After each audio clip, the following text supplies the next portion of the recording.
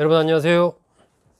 이준석 국민의힘 대표가 취임한 지 한 달이 지났습니다. 30대 첫 원외 제1야당 대표, 헌정사에 처음 있는 일이었기 때문에 지난 30일간도 상당히 좀 여러 가지 측면에서 화제를 뿌리지 않았나 하는 생각이 듭니다. 한편으로는 또 여러 가지 어떤 한계라고 할까요? 또 걱정스러운 그런 부분도 좀 노출을 한 달이 아니었나 하는 생각이 듭니다. 오늘 영상에서는 이준석 대표의 30일 상당히 불러온 파격, 그리고 또 그로 인해서 또 지적되는 여러 가지 문제점, 앞으로의 과제, 이런 것들이 어떤 것들이 있는지 좀 짚어보고자 합니다. 이준석 대표가 취임하고 나서 가장 먼저 언론 지면을 장식한 사진, 바로 따릉이 타고 출근하는 사진이었습니다. 사실 뭐 이런 부분들이 과거에 일부 국회의원들도 국회의원이 되고 나서 경차를 탄다든지 뭐 자전거 타고 출근한다든지 이런 부분들이 있었습니다. 그런데 유독 이준석 대표의 따릉이 출근이 화제가 됐던 것은 그 하나의 뭐 이벤트로서가 아니라 평상시에 하나의 자연스러운 문화였기 때문에 더더욱 주목이 받지 않았나. 그리고 이 30대의 어떤 패기 이런 것과 또 결부가 되면서 많은 분들이 주목을 했던 것 같습니다. 지하철로 출근하는 모습, 따릉이로 국회 본청까지 가는 모습, 이런 부분들이 하나의 이제 파격 행보다, 이런 이제 평가를 받았습니다. 이제 인사를 할 때 이른바 90도 폴더 인사, 이런 부분도 언론에 많이 보도가 됐죠. 이철이 청와대 정무수석 방문할 때 두 사람이 서로를 향해서 90도로 절하는 그런 모습이 화제가 되기도 했었습니다. 그러면서 취임 첫날 또 이 광주 이 건물 붕괴 사고 희생자 합동 분향소를 찾았었죠. 이런 부분들도 보통 뭐 현충원 가거나 그랬었는데 그러지 않고 바로 광주를 찾았던 이런 부분도 상당히 신선한 어떤 그런 좀 호평을 받았던 일이 아닌가 싶습니다. 하나의 정책적인 측면에서는 이준석 대표가 늘 강조하고 했던 이른바 공정 경쟁, 실력주의, 이런 측면에서 시도했던 이 대변인을 공개 경쟁을 통해서 뽑겠다라고 해서 제목이 나는 국민의힘 대변인이다 이랬었죠. 이걸로 이제 이른바 토론 배틀을 진행한 부분이 아마 지난 한 달간 상당히 또 화제를 불러왔던 사건이 아닌가 싶습니다. 4명을 뽑는데 564명 해서 140대 1의 경쟁률을 기록을 했습니다. 그러면서 뭐 여러 차례 TV 토론을 했는데 이 국민의힘 대변인을 뽑는 TV 토론의 시청률이 이 더불어민주당 대통령 후보를 뽑는 이 대선 후보들의 시청률보다 더 높아서 그것도 또 화제가 됐었습니다. 어쨌든 이준석 대표가 시도했던 이 토론 배틀은 상당히 흥행적인 측면에서 좀 성공을 거두지 않았나 하는 생각이 듭니다.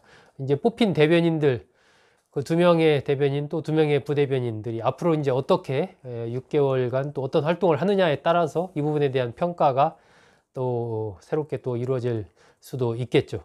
어쨌든 하나의 지명식 이런 게 아니고 이러한 이 배틀을 통해서 당직자를 뽑는다 하는 부분도 전에 볼 수 없었던 새로운 모습입니다.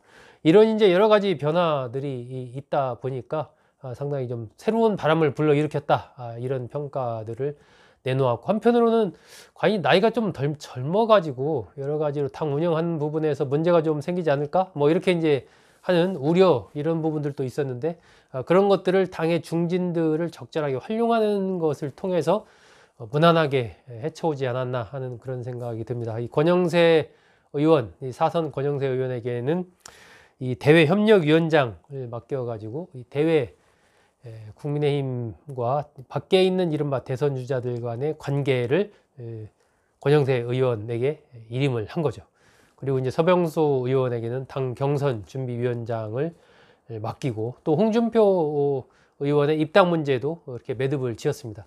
이런 식으로 이제 당 중진들에게 적절하게 어떤 역할을 주는 이런 것들을 통해서 나름대로 이제 자신에게 쏠렸던 그런 어떤 불안감, 이런 것들을 일정하게 좀 해소해 나가는 뭐 이런 모습을 좀 보여주고 있지 않나 하는 그런 생각이 듭니다. 이런 부분들이 이제 나타난 것이 당원들의 일단 증가세로 나타났습니다. 6월 한 달간 당원이 38,330명 가입을 했습니다. 이것은 이제 6월달, 5월달이죠. 5월달 당원 가입 한 숫자보다 한 2.7배 정도 당원 가입 숫자가 많이 늘었습니다. 그렇기 때문에 아마 이게 뭐 꼭 이준석 대표 효과다 이렇게만은 볼 수 없지만 어쨌든 이 세대 교체 또 젊은 당대표의 등장 그것이 불러온 여러 가지 새로운 바람 이런 것들이 하나 이제 당원들이 늘어나는데 역할을 한 것은 분명해 보입니다. 당 지지율도 상승을 했습니다. 4년 6개월 만에 이 더불어민주당의 지지율을 국민의힘이 제쳤습니다. 국민의힘이 32%, 민주당은 31%라는 조사 결과가 지난 9일 한국갤럽이 조사한 조사 결과 정당 지지도가 그렇게 나왔습니다. 2016년 10월 이후에 국민의힘이 더불어민주당을 처음으로 제친 그러한 정당 지지도입니다. 이런 전체적인 부분들은 어쨌든 이준석 대표 체제의 한 달이 나름대로 순항하고 있다. 이렇게 이제 볼 수가 있는 거죠. 당 지지율도 어쨌든 민주당을 제쳤고 토론 배틀 이런 부분도 상당히 흥행에 또 성공을 했고 뭐 그 당시 왔던 문자만 해도 12만 건이 넘는다. 이런 보도가 있었습니다.